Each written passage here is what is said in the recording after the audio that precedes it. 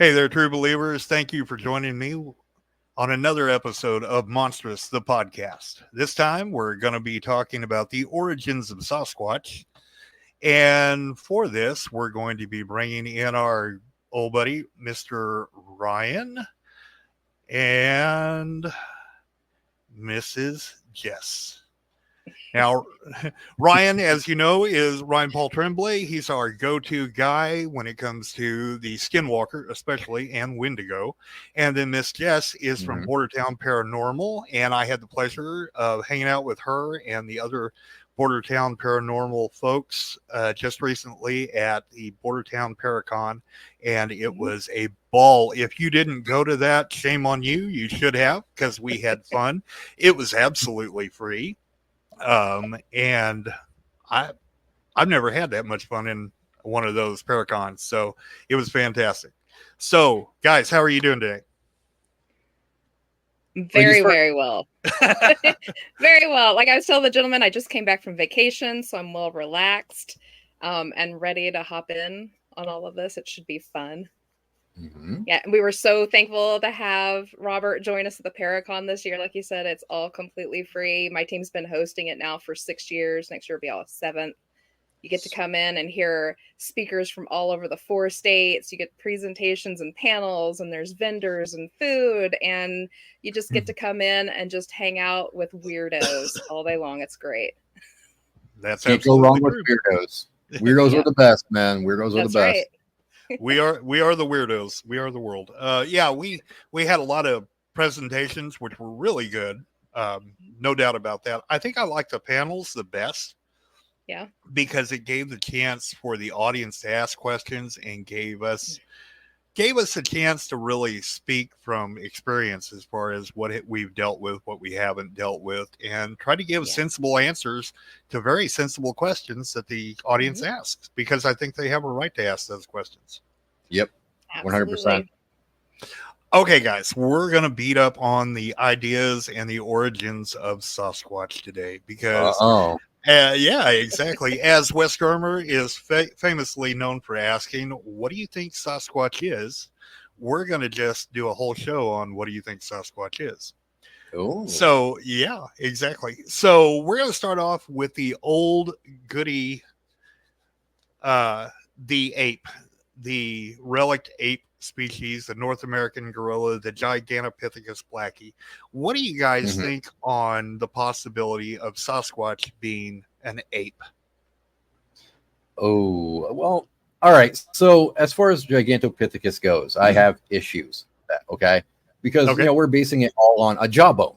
We're basing it on a little fragment of a jawbone saying, oh, this is what it looked like, and people are saying that's what Bigfoot is. Problem is, though, Giganto was actually an exclusive feeder. So it ate things like bamboo. That was the only thing it ate was bamboo. You know, we don't have bamboo growing around in Colorado or Arizona or California like that, you know? So for Bigfoot to be Giganto, it would have to develop a new diet and a new way to digest its food and all that. So I don't agree with Giganto. I don't.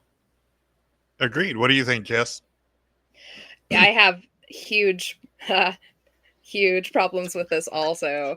Like Ryan said, the bone fragments that we've found is so small and so little. There's no way of really reconstructing it. We have no idea if its pelvic structure would have maintained a bipedal structure whatsoever. It was most likely a knuckle dragger.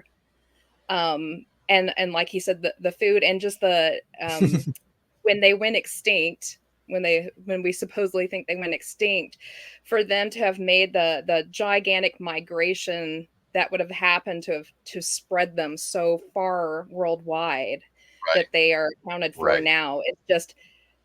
It's ridiculous in my head. Plus the fact that regardless of the legend or the story or wherever it's located at, they all seem to almost have the same structure. They're fully furry.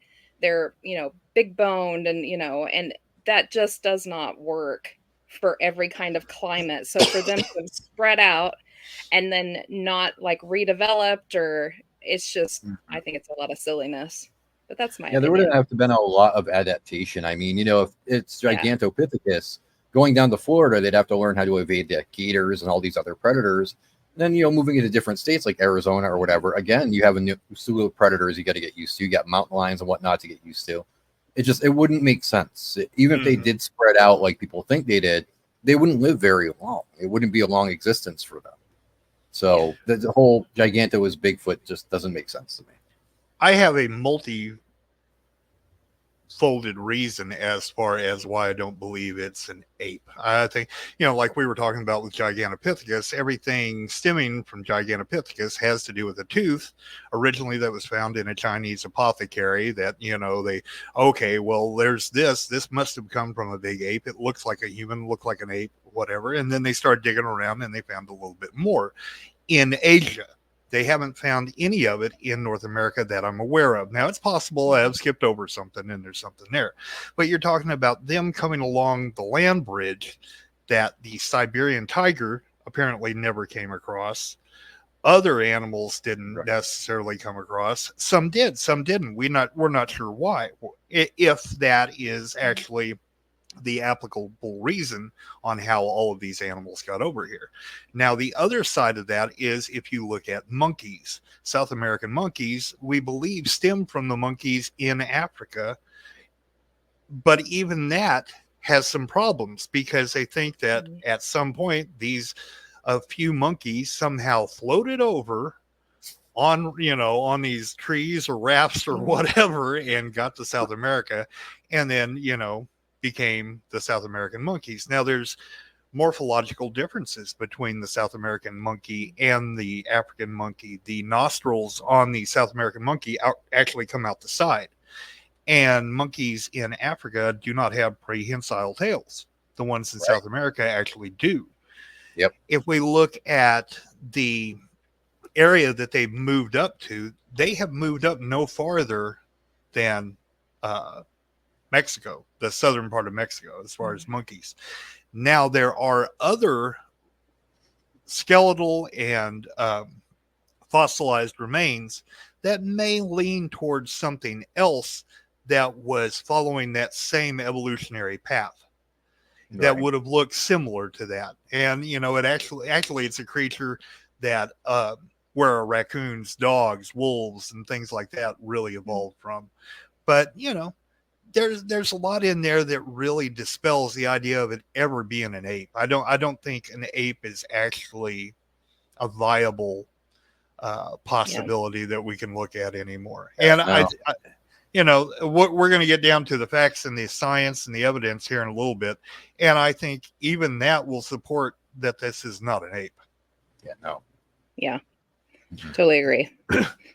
Okay, let's look at the next one. So we're looking at the theory of the relict hominid. So we're looking at the Neanderthal. We're looking at, whatever kind of folds within that. We could almost take one other section, the Native American section, and mix it in with that. You could. Because it's a relict hominid. We're looking at our cousins. So it's kind of, I don't know. What do you guys think? Ryan, what do you think? It's viable. I mean, there's possibilities to that. But then again, you have to look at how did they adapt? How did they survive? Where did they even come from originally? Because, wherever you go, you got to adapt to your environment. So that would have to take a lot of skill on their behalf to get used to the new environment, the new animals, the new layout. So, it's possible that something did learn how to evolve. But then again, is it really possible? Right. Yeah. What about you, Jess? Yeah. No, I have to agree with Ryan. Yet again, the great dispersion of them, supposedly, we have stories from every corner of the earth. None of them seem to have changed enough to stay on with their environments. The packs they would have to stay in are so tiny. I can't imagine that not one of those little packs has been found yet. It doesn't make sense in the whole lineup of all the different versions of hominids and things that we found. It doesn't seem to fit into the puzzle too much. It's as if we've stuck it in there because it might fit. We kind of jammed it in a little bit and we pounded it in. Yeah, we're well, this one or two little pieces here kind of makes sense, so let's stuff it in there with that, and then we'll just let it float there. It's one of the Right. theories I dislike the most because it's so ill-fitting to it. I agree, and Yeah. I think one of the biggest problems with it is the interbreeding with humans, according to the stories, Yeah. according to the Native American stories and the Aboriginal stories and whatever, where you know they come in, they raid a village, and they kill the men, they take the women, and you know the children or whatever, which all sounds very primitive human. That's what we would do. That's what Vikings did. That's what, you know, everybody did. You go in and you kill all the males and you take over things. As far as that inbreeding, that means that they have to be very, very close. We're talking about closer genetically than a chimpanzee. Yeah. Because we can't interbreed with chimpanzees. Thank you, God. Okay. You know. So, but we're just going to leave that subject alone. Anyway, moving along.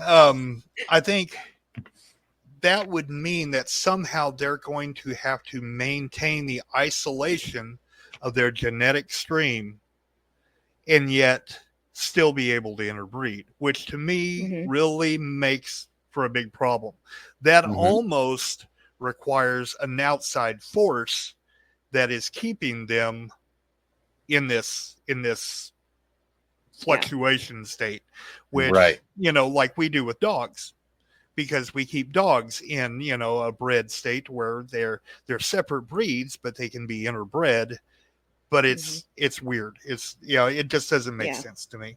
Yeah, and the genetics would die off eventually too, you would think. I mean, if a Bigfoot mated with a human, right, and that human gave birth, well, that infant is eventually going to grow and it's going to mate with another human. So eventually it's going to, you know, their genetics are going to pass away and it's going to be more human than it's going to be anything else. So it really wouldn't make sense. And plus you get a question, where did they learn that they could mate with humans? I mean, did they just walk out one day, go, oh, hey, look at attractive female, going to grab that one and mate with it? I mean, how did they even know it would work? Right. Yeah. And if they're a separate species or, you know, fairly separate, at least a subspecies, why would they find a female human attractive? Right. Yeah. Exactly. You know, it's kind of like a cardinal, you know, sitting at the water fountain going, oh, hey, look at that chick. You know, that doesn't make any sense, you know? Yeah, no. I mean, maybe it was like the pheromones or whatever. I mean, that would work to an extent. You know, I could see them being attracted to a female's pheromones, and it's just like, they're like, oh, mate, it's a female, meet with it, that's it. But, you know, then again, we don't know. We weren't there. You know, we can't ask it. It's not going to tell us. Exactly. Any other further thoughts, Jess? Go ahead. Well, I was going to say another interesting thought is, say they do manage to mate with a human, and they do produce a half and half baby. If that baby is a little bit more human than it is Sasquatch, they would be completely ill-suited to take care of it. Humans aren't meant to be out in the elements, and if it, you know, they're up like at the upper peninsula area where it's flipping cold and wet constantly, that, you know, if that baby wasn't born with enough of that fur to take care of it, you know, that's it's ill-suited all the way around for that situation. Right. There was something you said too, Robert, though. You mentioned the Vikings, you know, and I did study the Genoskwa from up in the Canadian territories, right? If you look at how they describe them, they were extremely tall and they had like stone armor, had some kind of armor on them.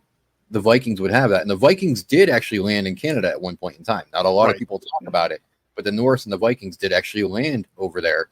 You know, the natives up there will tell you how their arrowheads bounced off of these things, that the Genoskwa was impervious. They couldn't be hurt. Vikings had armor. Okay. So think about it. They could be shooting their arrowheads at the Vikings and thinking they're giants. And this could be where Genoskwa came from. That's absolutely true. Absolutely. 110% true. I think another thing we have to look at with the hominid or the relict hominid is the idea of the Neanderthal, which I think was covered in the book Them and Us, which I happen to have on my shelf, which I was looking at. And it's if you haven't read it, it's really good to read. What it does is he takes a look at why the Neanderthal may not have looked like us, and they may have looked like something different. Right. And they may have been something more like Sasquatch. Am I definitely in league with that line of thought? No, but it's a very interesting take on it. And he does use science to back up his argument, which is a really good way to do it. I just thought I'd throw that in there. And we do have Neanderthal DNA in us. So,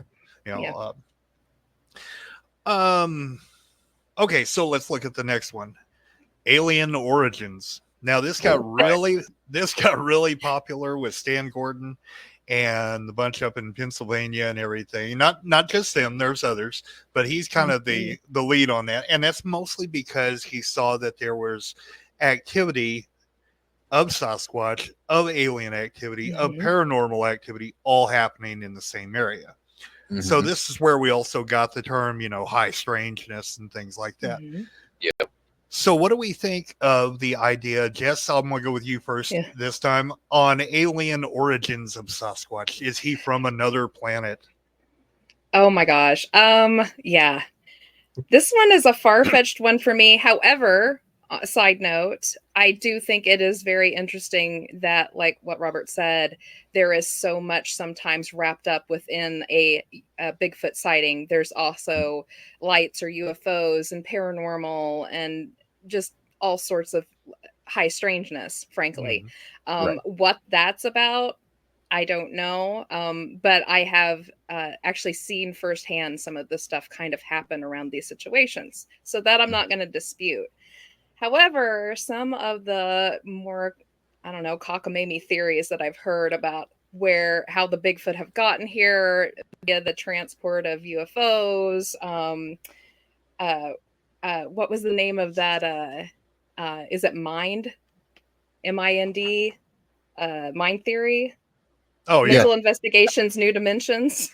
Yes, there you go. The beings actually that they came from like Saturn and Venus and were brought here and focused on a different vibrational plane, and so that's why they can disappear and reappear. And some of it's a little sci-fi for me. I think they kind of took some privilege when they were writing up some of their theories.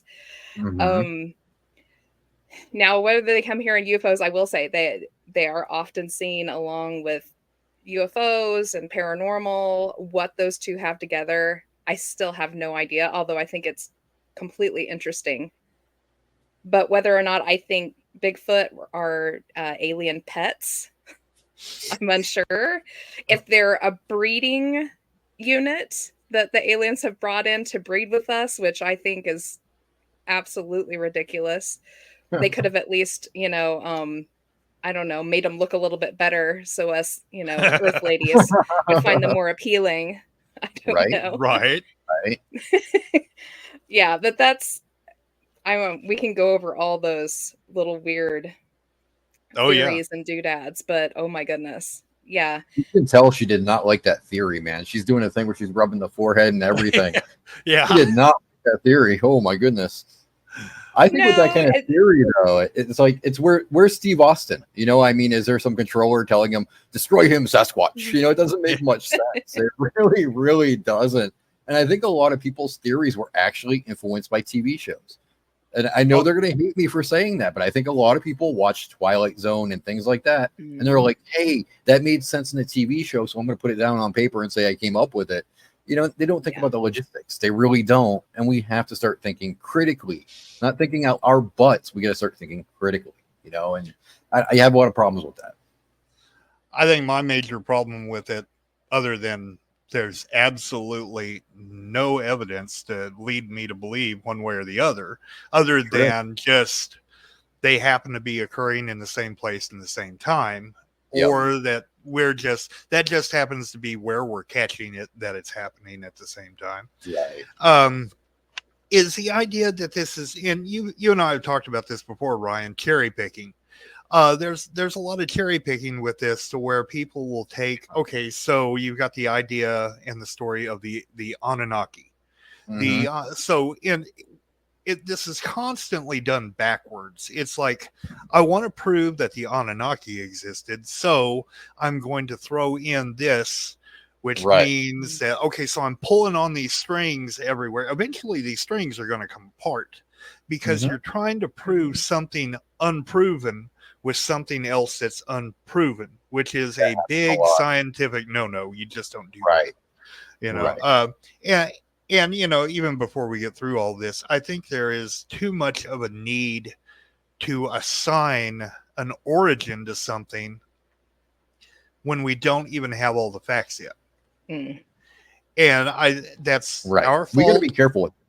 Yeah, that's our fault, and that's the fault of the generations before us that did this, as far as we needed to stay on a straighter and narrower path as far as gathering Right. information.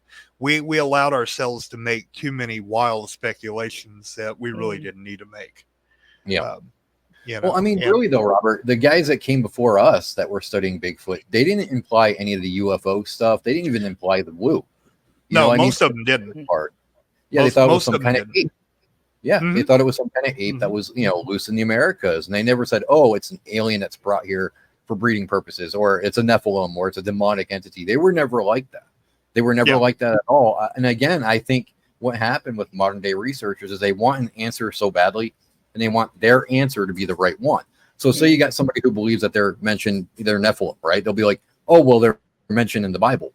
No, Bigfoot's not mentioned in the Bible. You're making that up to, support your own theory. You have to have evidence and facts. If you're going to tell me, oh, it's in the Bible, show me where it states that it's a Bigfoot. I mean, you got Cain, you got the Nephilim, you get all this stuff, but where does it say that it's a Bigfoot? Where does it say it? So you can't do that. Well, since you brought up the Nephilim, let's go ahead and we'll discuss that one now. I'm going to put in my 2 cents first on this one because I have a background in theology. So first of all, this is based off of 2 different books. It's based off of the book of Genesis, and I think it's passage 6 is where it starts, where they talk about the sons of God taking amongst them as many wives and the daughters of men as they wanted. And, the whole passage is actually a little bit misinterpreted. Yeah. Because it starts off saying, and in those days there were giants, or in those days there were the Nephilim.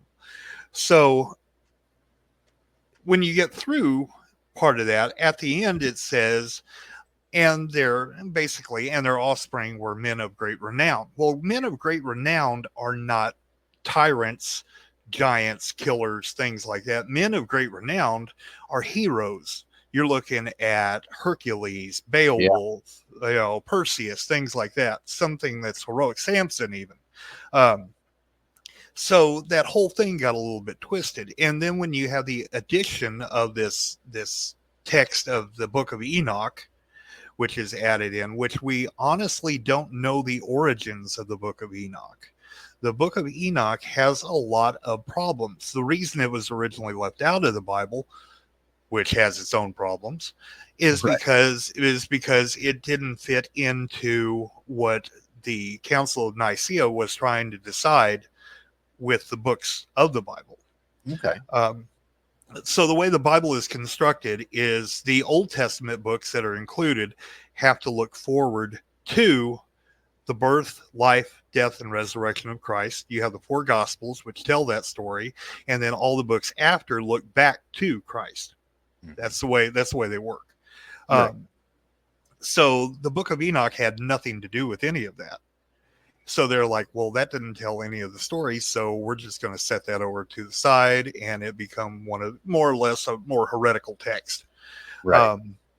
So there are a lot of problems with the Bible anyway, because a lot of people want to say, well, it is the inerrant word of God.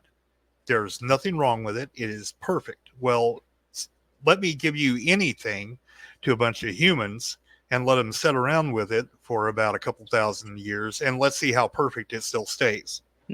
I mean, you can't take 20 people and play the game Telegram for 10 minutes and make it around one time and the story's the same. So no, I have problems with that. I have problems with that. And we know that the Bible has been used to control people. That's simply simply a fact. That's the way it is. Religion is a really easy way to control the masses. If you don't do what I say, God will punish you. And that's the way it's been. So for me, the idea of the Nephilim is really problematic even from the get-go. Now, if you get into the morphology of the Nephilim, where you start to talk about they have 2 rows of teeth, they have 6 fingers and 6 toes. None of the tracks that we have found have indicated anything about 6 toes. As a matter of fact, there have been less than 5 toes on several. Right. So that doesn't work. The Nephilim in the Bible were never described as large, hairy human beings like that. They were described much differently. So I mean, and it's problematic. The idea is, okay, well, the Bible talked about it, so since the Bible talked about it, it has to be real. And if the Bible didn't talk about it, they can't be there. I know people to this day who say dinosaurs weren't talked about in the Bible, so they didn't exist. And I'm like, okay, let's just ignore all science. Let's just do that. Right. So anyway, Leviathan would like a word with you. Right, exactly. So Jess, what do you think on that? Yeah, I think exactly what you said. So the Bible, regardless, is made by man. Man is fallible. Man will write what man needs to win a war, to get his point across, to take power. You can only trust it so far. Not saying anything bad about the Bible. But regardless of that, the interpretations we have of these very old ways of speaking and writing are also extraordinarily fallible. One person could think that one word means something and someone else could think it means something completely else. And I think what's happened here is exactly what you said, Robert. People over the years have so desperately wanted to be able to fit this Bigfoot into the Bible. They have taken lines and made them fit. They've made it work for them in some kind of fashion, and then have held it up for everyone to see and say, see, the Bible says it right here. This Bigfoot right here. But there's so very little of it, and it's kind of piecemealed together. I don't think it works whatsoever. And I've never been a fan of the whole Bigfoot Nephilim connection whatsoever. Now, I do believe that there is a place for a type of Nephilim in our historical line, but I don't think it belongs with Bigfoot. Yep. I'll give you that. Yep. Yeah. I would agree with that. More like the mountain giants would fit the Nephilim far more than Bigfoot would. Yes. Yeah. Like a giant, or even like the red-haired giants or things like that. Maybe the red-haired giants, the Kentucky, the Kentucky Valley giants, and on down into South America's. I'm a little bit more interested on the Nephilim on that side, but I really don't think it has a whole lot to do with what we consider Bigfoot. Yeah, I would agree with that. I would agree with that. I mean, the problem is, though, is like, people want to ignore how the Nephilim were depicted in the Bible. They want to completely ignore that and just say, oh, well, Bigfoot fits that depiction. But when you look at it, like you said, Robert, men of renown, keyword men. Okay. They didn't look like apes or anything. They were actually heroic men. And they also say how the Nephilim were really smart. Like they, did trade. They had their own money. They did all this great stuff. So then what happened to Bigfoot where it became stupid? I mean, I'm not trying to be mean about Bigfoot, but they went from being really technologically advanced, super smart, to going back out in the woods and making tree structures. What happened? Did they hit their heads and they forgot who they were? I mean, what happened? Nobody can ever answer that for me. And it's really aggravating as a researcher, because it's like, well, I'm asking a question that kind of supports what you're saying, but you got to give me that evidence to support what you're saying as well. Because I mean, if you can't answer that question, then it's time for me to go, yeah, okay, you don't know what you're talking about. Bye-bye. Step down. I think another thing too is you see the use of the Nephilim kind of to vindicate the thought that Sasquatch are therefore evil and demonic and should be destroyed, and this should happen, and they should be feared. They're much more monstrous, for lack of a better word, than maybe they actually are. I think it's as humans typically do, anything they don't understand, they want to destroy, and they look for a reason to do it. And man, that's a great book to use to pick on people, because I mean, we've had a couple of crusades and some other stuff done just simply based on that. So, all right. So I picked on them pretty good. All right. So since we did that, let's jump backwards.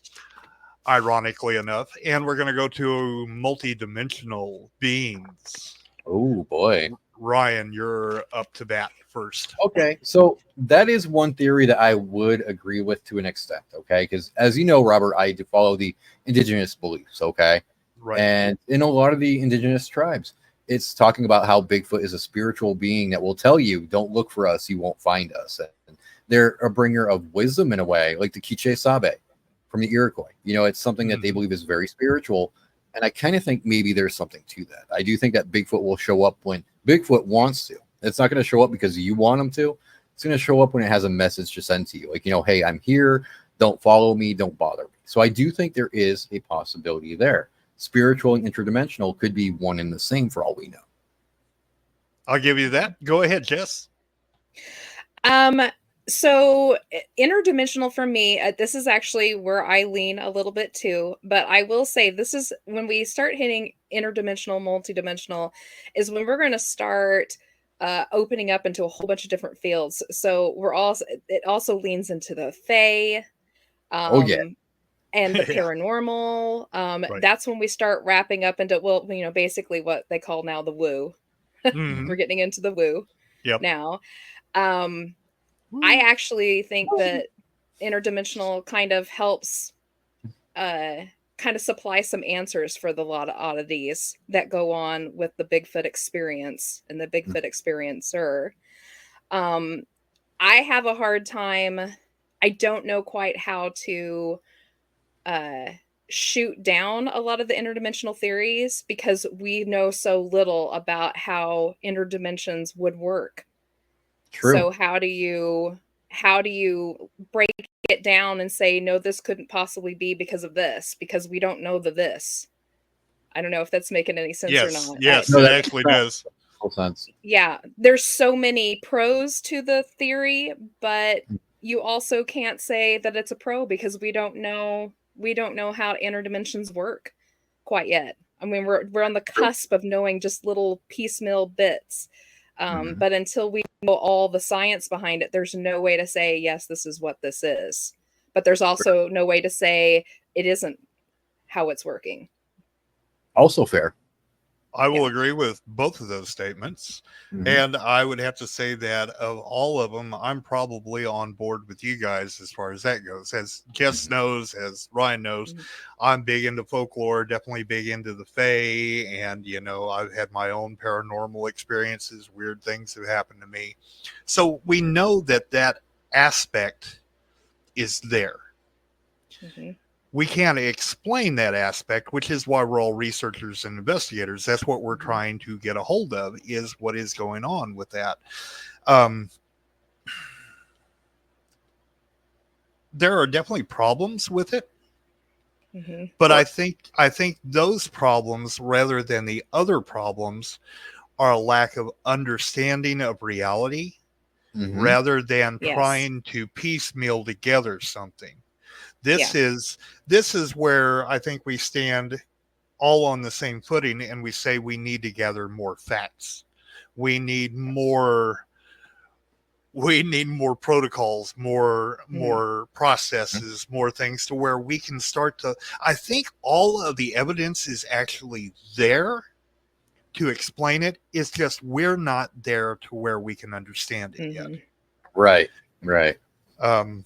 You know, we're kind of the blind person who's trying to understand what red looks like. You know, we're interesting analogy. You know, we're grasping into the darkness and trying to grab a hold of something. We really are, and I think we want to, and I think we're going to be able to.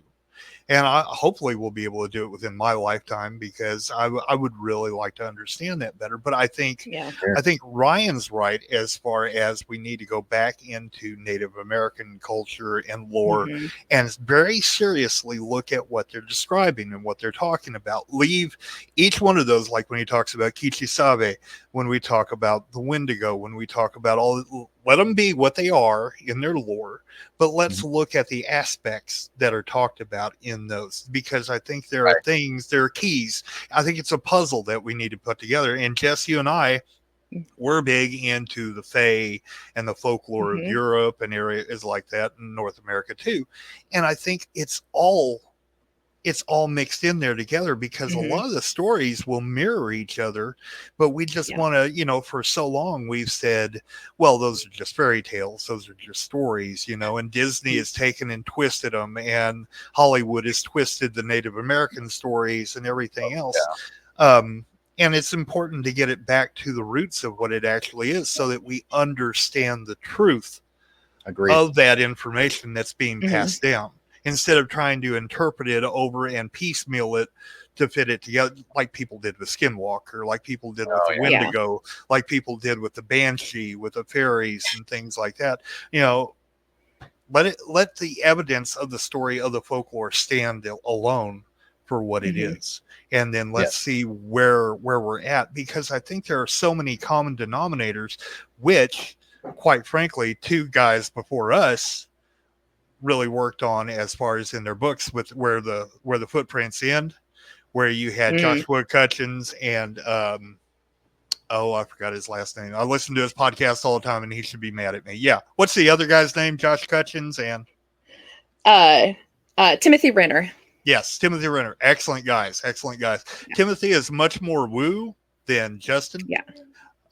And the Mr. Cutchins is far more scientific, but he's very deep into folklore and very well versed in folklore. If you get a chance to read either of those two books, absolutely do it, because it does justice to everything we've been talking about.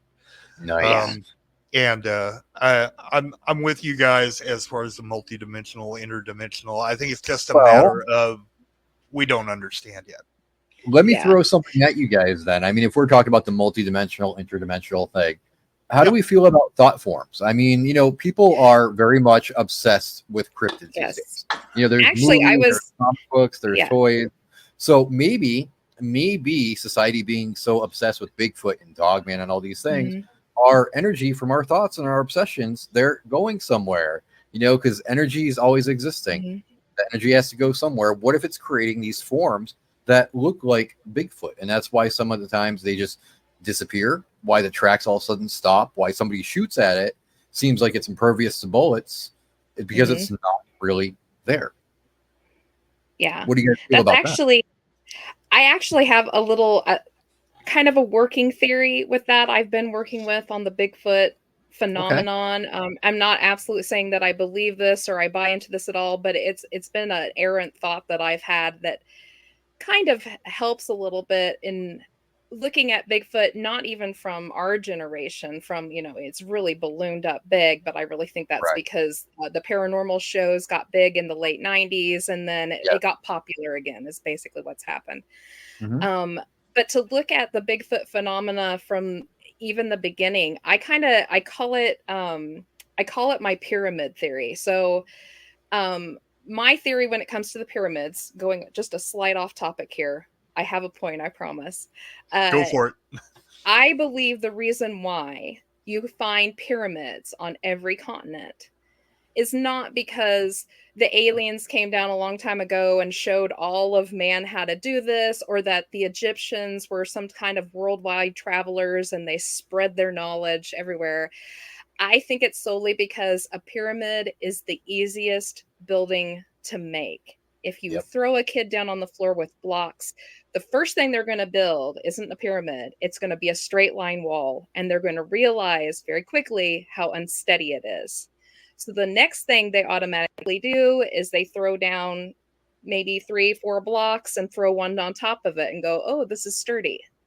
And a pyramid also comes along with other things. It's the female, it's the triangle, so it's very symbolic. It's pointing towards the heavens. You can point at different things. You've got your 4 directions coming together. You can pile all sorts of meaning and symbolism into a pyramid.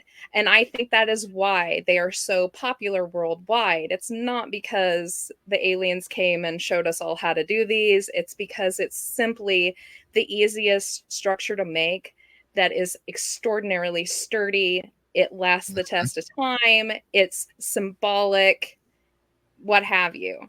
So I think this kind of leans towards the Bigfoot idea. And as you were speaking, Ryan, about the tulpa situation, the hive mind, I think if you look back at any type of civilization, if you're going to have a boogeyman, if you're going to have the one thing you're scared of, it's going to be something in your likeness, but something predatory too. And what's predatory to all men? Animals. Right. There's an animal somewhere on every continent that can definitely eat you. So if you're going to create a boogeyman, it's going to look like a really big man with a whole lot of fur.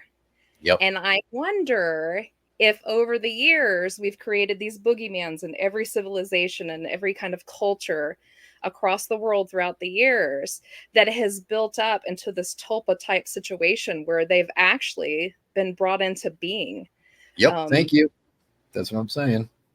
Yeah. And they probably, I know that something is around. I've got an entire drawer full of case files just from our area of Bigfoot sightings. People that don't know each other, who have never seen one before. So I've got ones that didn't even know what a Bigfoot was until they, told someone about it. And we're like, what is this that I saw? And they're like, oh, you saw a Bigfoot. So I know they exist, but perhaps maybe our hive minds have brought this about, because literally, if you're going to come up with a boogeyman, it's going to look like Bigfoot. Yeah. Yep. 100%. Yep. And I think what would support that idea is the more aberrant cryptids that have popped up. When you look at like the infield horror, or you see, the Hopkinsville or Jersey Devil, or, things like that, that are even farther out of line with a biological possibility. Then you're definitely looking at that. You're looking at monsters that were constructed by our own fear. One could even argue that Dogman has done that. I mean, if you look, there are definitely accounts of things in the past that could be interpreted as possibly being a Dogman or Dogman type. And there's a possibility of a biological reasoning behind this.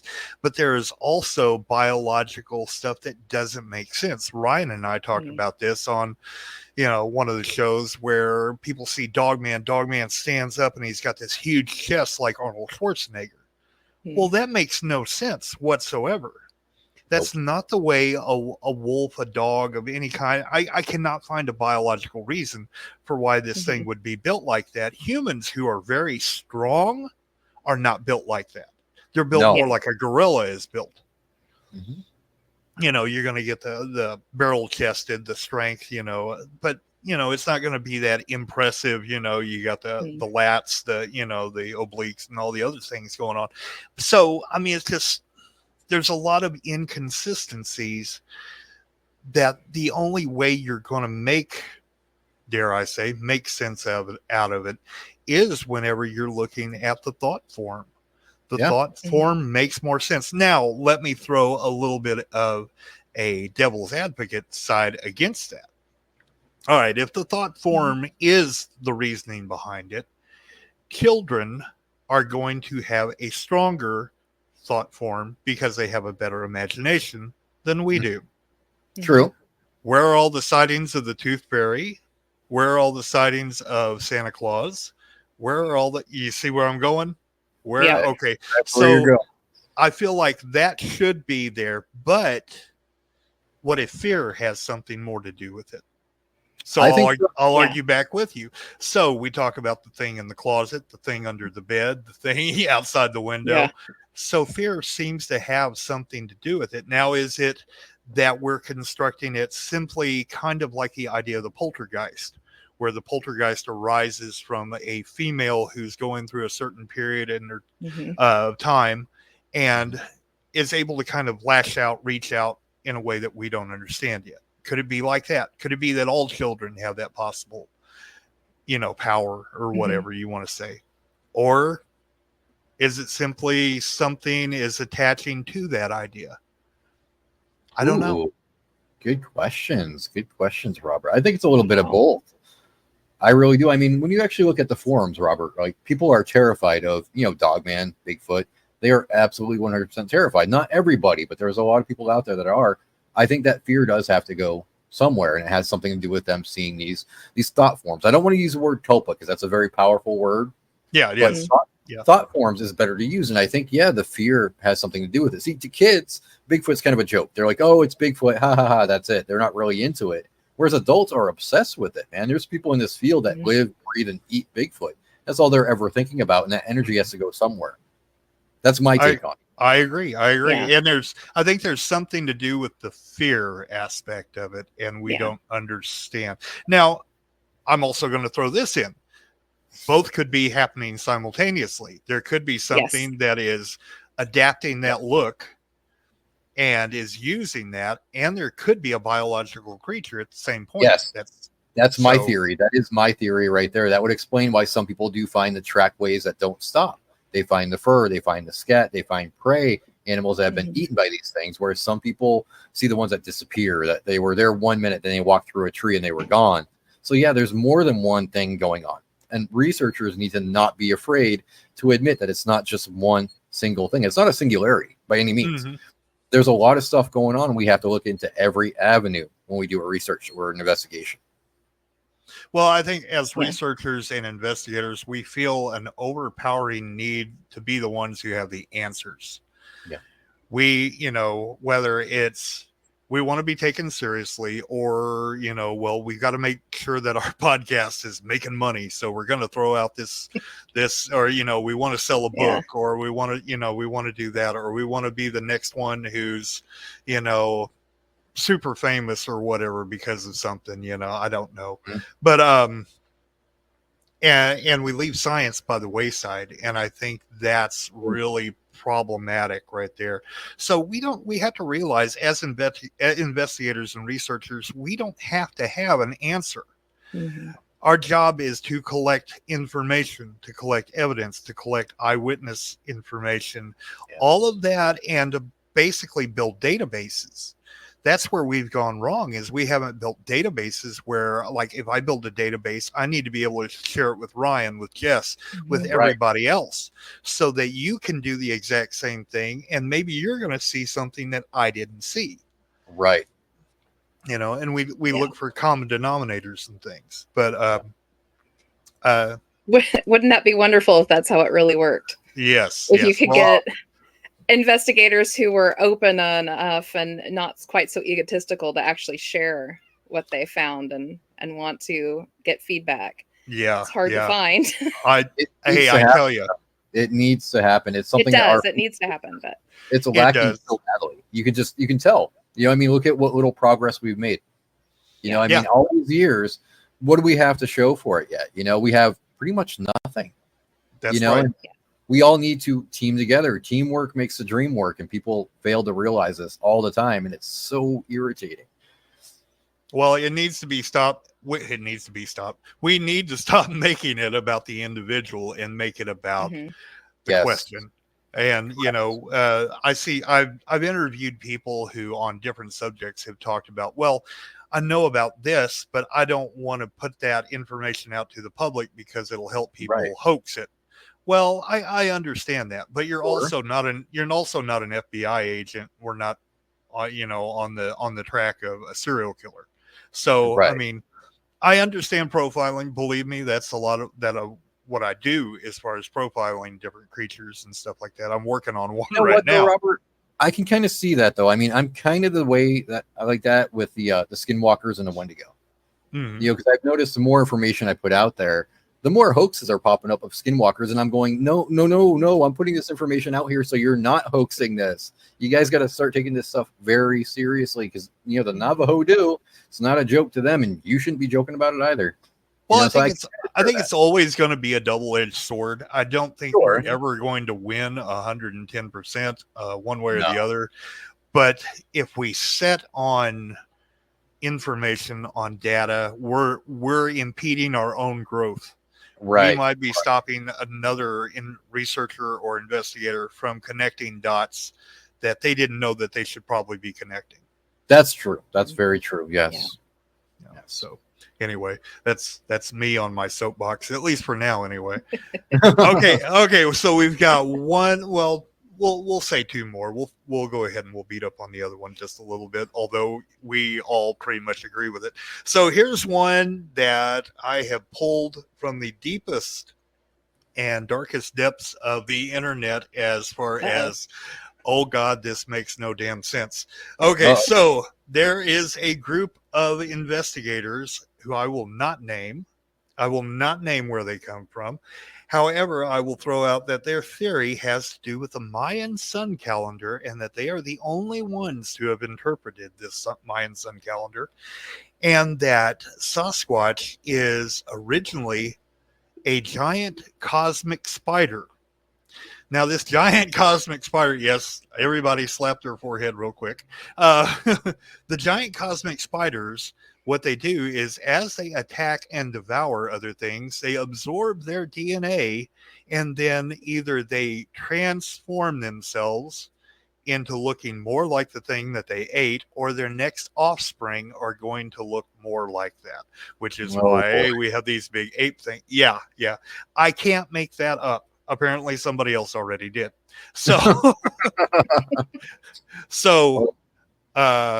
thoughts?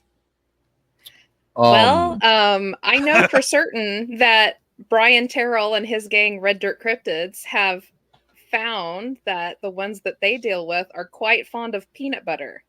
So what does that mean for the Squatches in the Oklahoma area? I don't know. Are they going to turn into jars of Jif, or? Yeah, I'm kind of hoping that, because I'm using jars of Jif on my Bigfoot too, and I can't get spiders to eat my peanut butter. So, I'm terrified of that theory, dude. I'm arachnophobic, so that makes me go, I'm stepping out. But I mean, how were they the only ones to figure that out? Like, what was their process to figure out that sun calendar and everything? What was the exact scientific process that they used? Did they just guess? Yeah, I'm going to say I have no idea. However, it is tied in with very quote unquote spiritual aspects of the whole thing. It's a twist on biblical stuff, which I just absolutely do not understand. And that kind of stuff, once it gets out there and people start falling for it, really worries me, really scares me. I mean, that's one of those things that makes me lose a little bit of faith in humanity, which I don't have a lot of faith in the first place. Yeah, it's wow. I don't even know where to go from that. I'm trying to think of something to say about that, but I'm just going, what? Huh? I can't think of any redeeming value to that theory at all. No. It sounds like a long lost episode of Star Trek that didn't quite make it to air. Oh no. Because they didn't have the money for the spider costumes that they have to have. Yeah. Thanks a lot, Jess. Now I got William Shatner in my mind going, we are encountering giant cosmic spiders. We have to find a way to stop them from eating people. Yeah, they couldn't afford the gigantic spider costumes, so they just did tribbles. Yeah, really. Yeah. There's something on the wing. Since we mentioned Star Trek, let's just go ahead and quote Spock. That is highly illogical. Yeah, I agree, Spock. Agreed. Yeah, it sounds like an offshoot of Scientology to me, but I mean, Oh, yeah. Wow. Okay, so the last one, and we kind of covered it, and that's the Native American stories. Mm-hmm. So we're not really beating that up that much, because I think we're all on the same page with there's a little bit more to that. Yeah. Yeah. Well, I think the Native American legends and the stories and stuff aren't anything different than what we're encountering now. It's all the same. There's all the same. You've got shapeshifters, and you've got supernatural ones, and you've got interdimensional ones, and it's all one and the same, which I think lends credit to the stories that we're hearing now. We're hearing literally repeated stories from those very old tales and stories. Mm-hmm. So, I think the only one I've ever run onto that didn't kind of hold with what's going on now, and it's literally because of the way that religion has changed over the years, is the Bigfoot who helped pass the dead over. Okay, Those are the only ones I think I found that does not match up to modern times. But like I said, modern times doesn't lend to that anymore. We don't have these beliefs that some object or some being comes to take your soul over. I think that's the only one I found. So I think it actually lends credit to the older legends and to the stories, which should absolutely be listened to, because why would mass amounts of indigenous groups from across the world have a reason to make up the same being over and over again, regardless of its job or its, its situation within the lore? And let me jump in there real quick. Not only that, but there is corroborating stories that come from Europe, from Asia, from India, even from Australia, where they've got their own myths and legends and folklore, and it's like right on the same path, right on the same track. There's a little bit of differences, but we're seeing cultures that are isolated and pulled apart from one another, that, just like with giants and dragons and things like that, they pop up over and over and over again. There's got to be something to it. Absolutely. And there's something to add too, though, is like you'll see people say that Bigfoot and mountain giants are one and the same. Okay, but no, if you listen to the indigenous tribes, Bigfoot is often revered. Like the Lakota call him Chiatanka, which means big brother. Okay, so this thing doesn't do anything evil to them. It'll guide lost hunters. It'll bring food. The giants are a completely different thing. They fear those giants. They hate those giants. Okay, so you got people going, oh, Bigfoot and giants are the same. No, listen to the indigenous people. They're completely different entities, okay? And there's something spiritual about them. They're very positive. When they see a Bigfoot on some of the reservations, they think they're blessed. And I do agree with both of you that we have to listen to their folklore. To them, it's just, to some people, it's bedtime stories. But I think it's historical accounts. I think if we pay close enough attention, it's actual historical accounts. And we can't ignore those. It's history, it's evidence. So it's something we have to lean hard into. I agree, 110%. Hopefully we will. Hopefully we'll start aiming in that direction. I know you do. And I know Jess does, and I know I do, but maybe we can convince some other people to start. Well, you know what? Maybe if they start looking into it, they'll fall in love with it like I did. Because I fell head over heels for the stories, man. And I don't want to hear anything else. If it's not indigenous, I'm like, bah, so I fell so in love with it. And I think other people will too. If they start looking into it like I did, they'll really fall in love with it. I really do. Yeah. Even, the Slavic folklore, which I get into, the Japanese folklore with the yokai and different stuff like it's all very tied in. There's similarities between all of those, because these are, in a lack of a better way of saying it, these are native tribes in their native lands, and they're looking at these different things. If you had stories of the Strigoi and different things coming from, Slavic regions, where these are where these people lived. They didn't live like we do now. They lived a very in touch with the earth lifestyle, where they were out there with their animals. They weren't playing Xbox 24/7.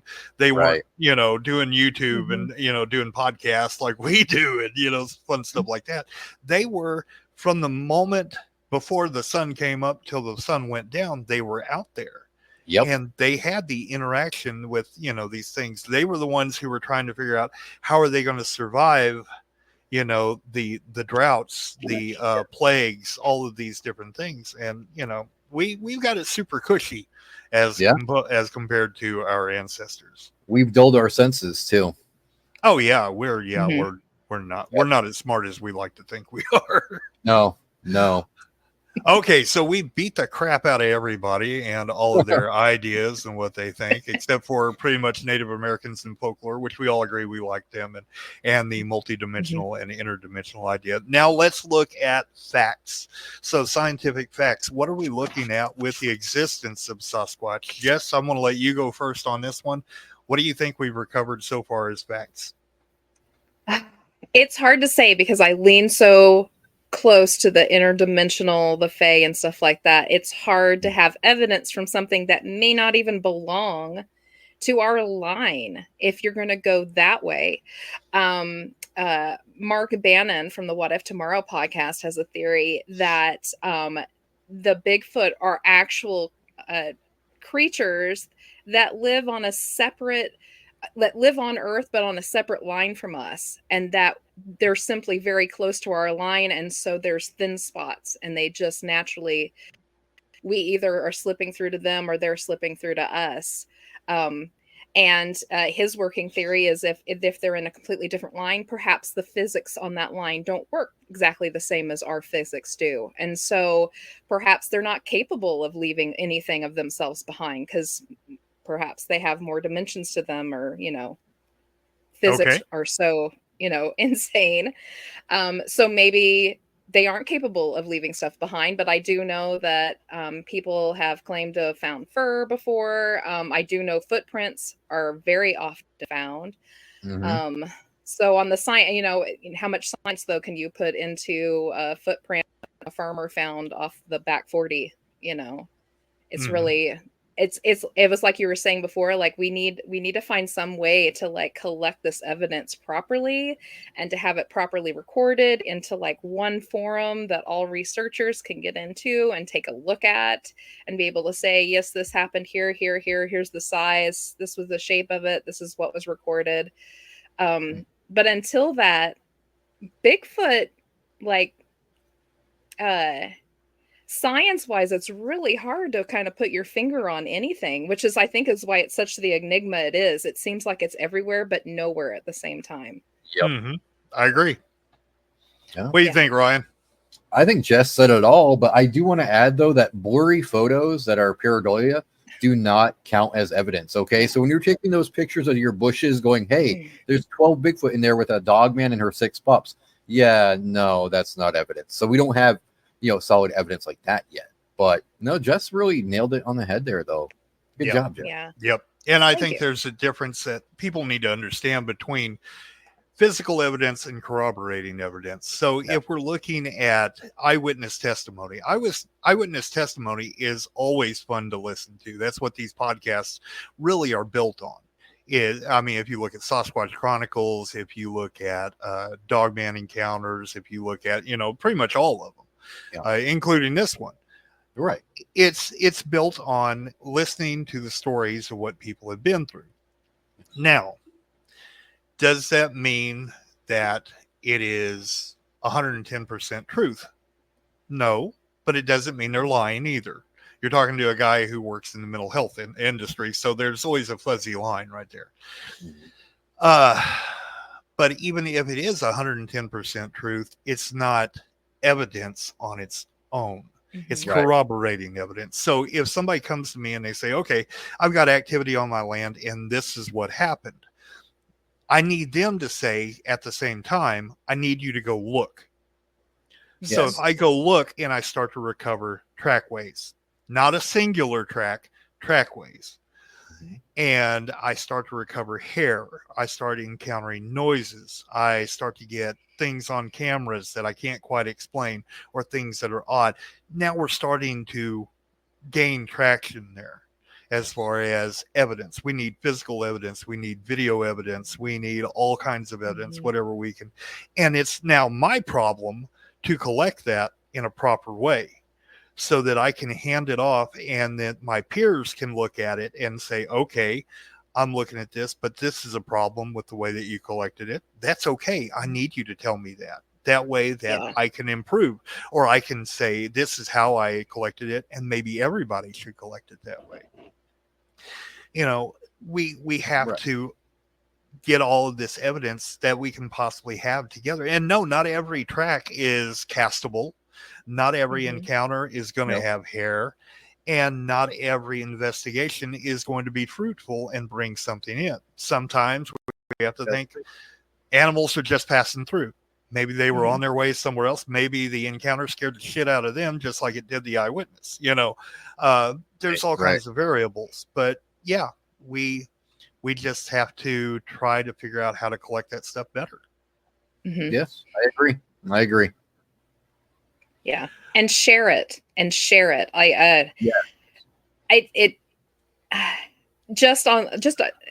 Leaving Bigfoot and cryptids and all of that aside, just your basic everyday paranormal group. I have found that 80 to 90% of them do absolutely nothing with their finds. Yeah. They'll collect, they'll write stuff down, and then it gets pushed off to the side, and eventually it gets thrown away or it gets lost. Nothing's filed, nothing's kept. They don't keep, I mean, if anything, keep a notebook with all of Yeah, your stuff in it. So absolutely. you can go back and say, oh, this is happening again here. Why is this happening again? What's the likes? What's the differences? And they do not do this. I wonder why. I think it was the explosion of the fanciful ghost hunter from the early 90s. People got so excited, and I think a good portion of these investigators, even in the other fields, are literally just doing it for the fun. They think it's going to be fun, or it's an adrenaline rush. Am I going to see something? Or is it going to make me famous? Is some TV show going to pick me up because I caught a picture of Bigfoot? And I think they're doing it for the wrong reasons. And I don't think they're collecting information correctly. And it just, I know that the paranormal and cryptids and things like that on TV are finally on the decline. I don't know if you've noticed that the TV shows are finally starting to fall away. I think it's finally starting to lose its luster a little bit with the common public. So I'm hoping that's actually a good thing. I think so. And then the rest of us that are left over after it's lost its shine and its polish, the real grassroots people will be, there to pick up the pieces and hopefully come out better on the other end of it. Let's hope so. Yeah. And I think part of the problem too is on the cryptozoological side, we had the four horsemen, what we call them, the founding fathers of cryptozoology. I'm struggling. It's Green, Burns, DeHenden, and I'm leaving one out somewhere in there. Not a one of them liked each other. They didn't like each other at all. They couldn't get along, and they all had different theories, different ideas. They didn't agree on stuff. They didn't agree on the way that information was collected. They didn't like each other's attitudes. They, just could not work together. So that we ended up with, division from the get-go. We've had more modern cryptozoologists, I won't say his name, who maintains that he's the only true cryptozoologist out there. So wow. Me and him do not get along. Me and him have a history of not getting along. But anyway, so we have problems. We have problems that we need to address. And all of us, including myself, I'll throw myself under the bus. We all need to work on working together with other people. Yeah. We need to swallow our pride. We need to say, okay, even though I've been doing this for however long, I can learn from the guy who steps in tomorrow and comes in with a new idea, or I can learn from the person who's been in the field 40 years, and knows something I don't know. And it's okay that you don't know. Right. And it's okay that we learn from each other, but we all have to get on that same page. We can't have any prima donnas. We can't have the narcissists. We can't have, we can't have the publicity hounds and all that other stuff. It has to be about the science, and it has to stop being about us. Yes, exactly. And that's why we started the Paracon. The tagline of the Paracon and of my podcast is it's all connected. And we started it 6 years ago to try to get these different fields together, because there was a time not so long ago that, the UFO camp people would not have anything to do with the Bigfoot cryptid, and they would absolutely have nothing to do with the paranormal. And, none shall the three touch, basically, is how it was. Yeah. And we set out to change that. And Robert knows he got to sit through my famous beginning of the day speech that I give to everyone, because we have Bigfoot hunters and cryptid hunters and UFOologists there, and mediums and paranormal and teams and anyone under the sun, authors, folklorists. We have all of these there in one camp. And I tell everybody, we are here to get to know each other and to share stories and to see how we're more alike than we are different. And if we encourage UFO guys to hop on the Bigfoot panels, And they're like, well, I don't know anything about Bigfoot. And I was like, you don't need to know anything about Bigfoot. You just need an opinion. Yep. Right. Hop on there. Right. And then before you know it, the Bigfoot guys are talking to the UFO guys. The UFO guys are talking to the, and we start making friends and making connections. It's how we met Brian Terrell of Red Dirt Cryptids.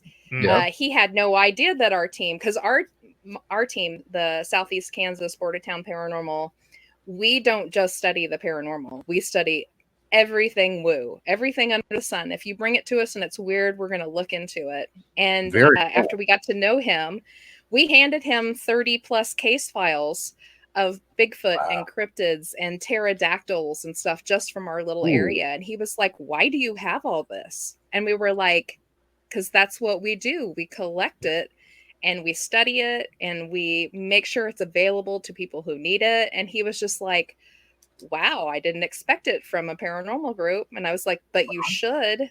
Everyone should expect it from every group. And I was like, and if you get a paranormal encounter that's involved with maybe your Bigfoot or something, we would hope that you would send it our way too, because it all needs to be studied together. Agreed.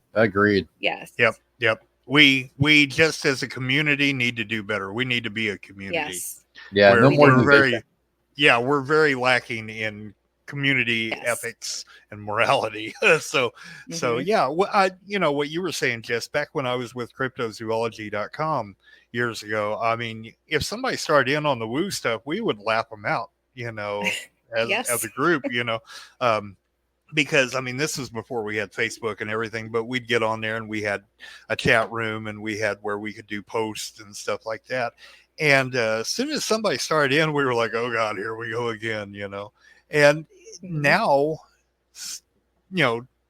so many years down the line, there might have been some credence to what those folks were saying. And I feel bad about that. But that's part of evolving and learning and getting better. And, if I ever offended any of those people in the past, I hope they'll forgive me. And we're going to move on. We're going to try and get better.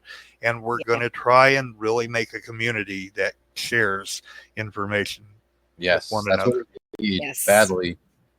And I think the only way we can do that is through education. If we educate one another, if we come up with, like you said, you guys do the paranormal and everything woo, and it's almost like we're bound by those three camps still.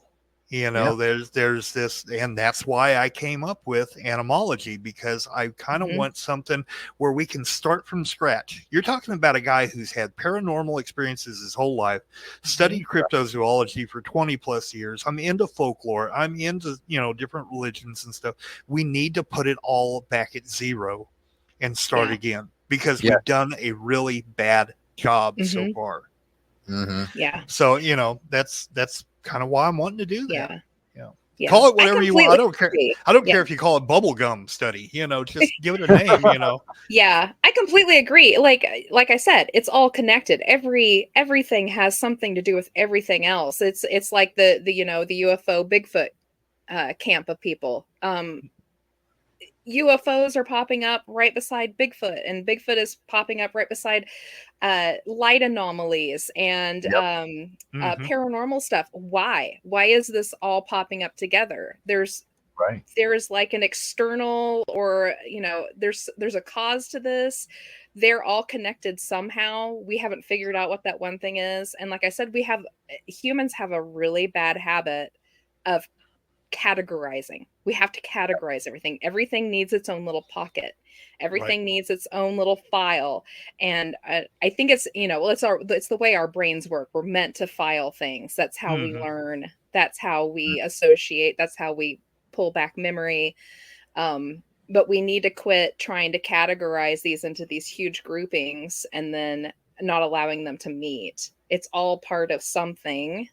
And we need to take the charge on figuring out what that something is, because it is all connected somehow. Absolutely.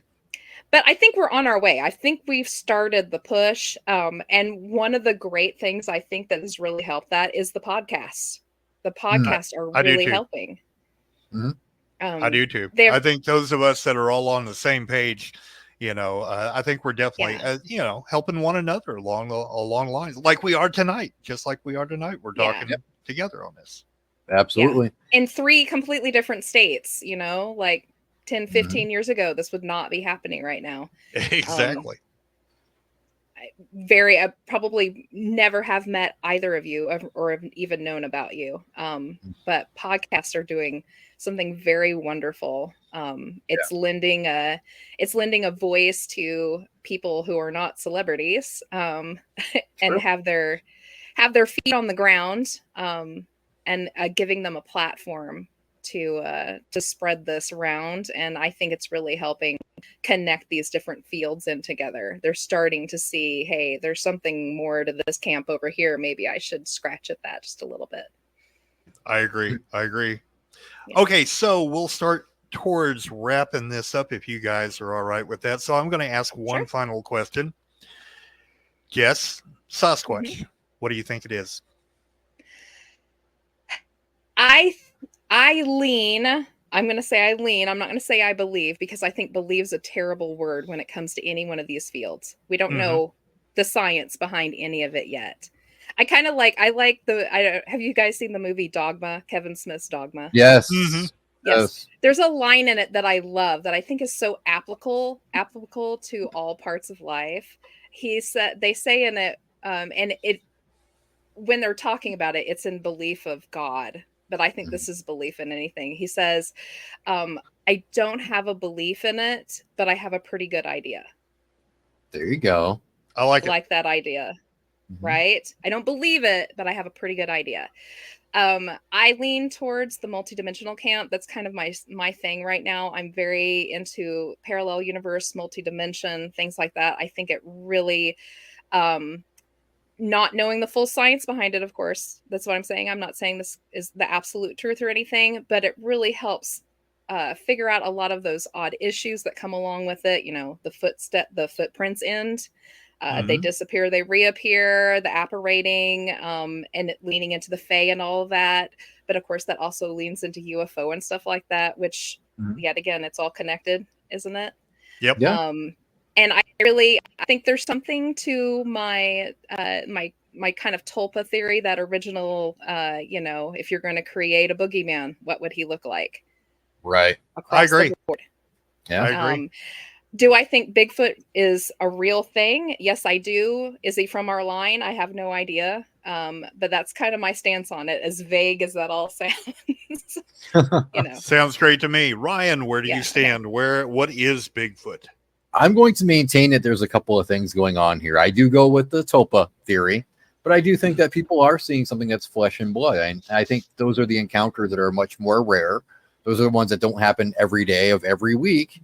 So yeah, there's multi things going on here. We just got to open our brains up and actually understand that and go, okay, so let's look into each one. But that is where I stand, and I'll die on that hill. Yep. I agree. I'm going to go with the giant cosmic spider idea. Oh no. No, I'm not. Yeah, when I do that, Ryan, you need to make a trip here and put me out of my misery. I absolutely will. I will. I'll show up at your doorstep going, Spider-Man. Does anything a spider can. Oh, I'll be right with you. I'll bring the bag so we can hide the body. Yes, please. I mean, put me out of the misery. I'll try to have some duct tape, trash bags, and a shovel ready. Okay. Oh. I'm going to go with. I'm on the same page that you guys are. I maintain something I've said for quite a while, that I don't think we understand what reality is. I think we're getting closer and closer to understanding, but I also feel like, you ever seen that show? I can't think of what it is. It's happened on a couple of them, where the bad guy says, you're just not asking the right question. Oh yeah. And I think that's where we are. We haven't asked the right question yet, because we've assumed so many incorrect things, and we need to be better detectives. And I think we can. I think we can do that. Where at some point, there's going to be a light that's going to go off on one of us or all of us at once, and we're going to start asking the right questions. But we have to collect the right evidence first. Yeah. So, I believe that the paranormal, cryptids and Bigfoot and UFOs and all of this stuff that we don't understand is just science we haven't figured out yet. Absolutely. 100%. Yep. I agree. What is that? Magic is just, it appears to be magic. Because we haven't understood the science behind it. We don't understand it yet. Yeah. Right. So we're at that same point with this, but I think we're getting closer.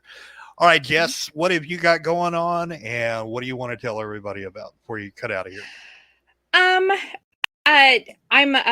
on a couple of podcasts. Check them out. I'm on The Fringe at the What If Tomorrow page on YouTube. Those go live every other Monday. In fact, I have one tomorrow night if you want to check it on YouTube or Facebook on the What If Tomorrow Media.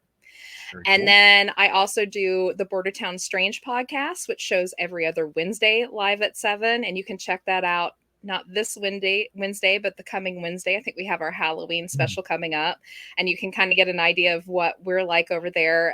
It's put on by me and Pam Ernest, another member of SEK Bordertown Paranormal. And we not only talk about the craziness in our areas, but we pick big topics from all over the place, cursed objects and true crime. And we just have a hoot. We have guests on, and we've had Robert on before to talk about his experiences. So go back and check out that episode, because that one was a fun one. I think we spent 2 hours just talking about personal experiences. So. Oh yeah, we had a ball, and I think we had another half hour to an hour off the air where we just sat there and talked too. So yeah, we did. We can talk. We're talkers. Yeah, we had a ball with that. Check out our page, SEK Bordertown Paranormal, on Facebook or on Instagram, on YouTube. And if you're interested in the Paracon, we stream all of the panels and the presentations for free. And you can go back and watch this year's. They're still on there. You can watch the years before. And make sure you come and check it out. It'll be September 30th, I believe, next year. It's always the last Saturday of September. And like Robert said, it's completely free. You get to come and watch a full day of panels and presentations and vendors and food and mediums and astrologists and tarot readers. And we just have fun and get together and chit chat about all things nutty. So yes, cool. It was a ball. And I will be there next year, definitely giving a presentation. I'm not sure what on, but I got a feeling I'm leaning towards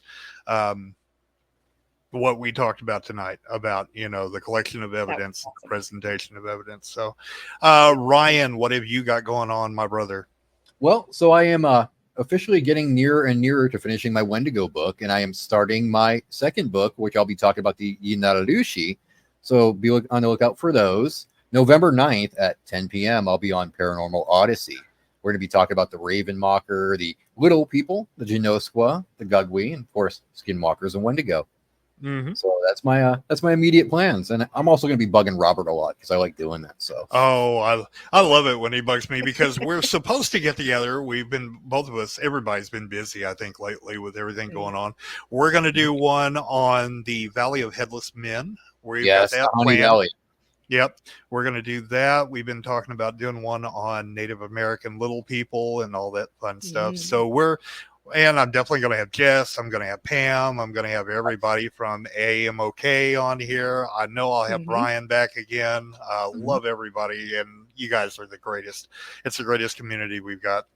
And we've got the Facebook group, which is Monstrous, and check us out there. We've got, of course, this podcast going on YouTube and Rumble. You can catch us on TikTok. You can check us or pick us up on Instagram. We're everywhere. So you guys hang around just a minute. Let me give a closing, and we'll talk for a minute while everything downloads, and then we'll get out of here. All righty. All right. Thank you for having me. All right, everybody. That's the closing of another episode of Monstrous the Podcast. I've got Ryan. I've got Jess. They'll be back again in the future. I love having those two on here. They're a whole bunch of fun.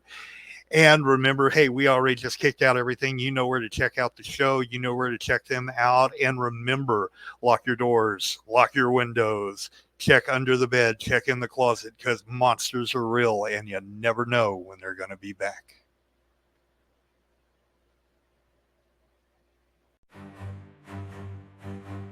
In the shadows they hide, eyes that pierce through the night. Whispers turn into cries, fear grips tight with no fight. Claws scrape the midnight air, breathing so close, beware. Around you hear the dread sound, nightmares walk on this ground.